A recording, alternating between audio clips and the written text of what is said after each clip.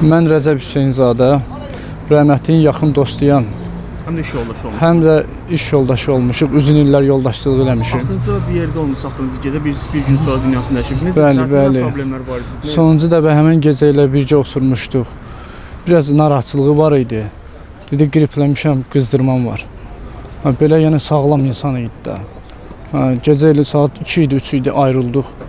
Səhər eşitdik belə bir hadisə, çox üzgünük yəni. Allah ailəsinə, valideynlərinə səbir versin inşallah. Öz adımdan və cəmi dostlarımızın adından başsağlığı verirəm ailəsinə.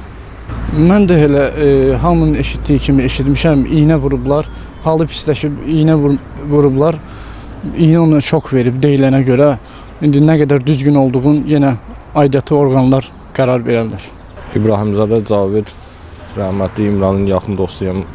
Bir yerdə çalışmışıq, bir yerdə işləmişik. Axşam zəngləşdik, görüşdük, oturduq, çayzad içdik. Özünü biraz narahat hiss edirdik. Axşam ayrıldıq. Səhər də zəngləşdik, görüşəcəkdik. Zəng elədim, zəng çatmadı nömrəsinə.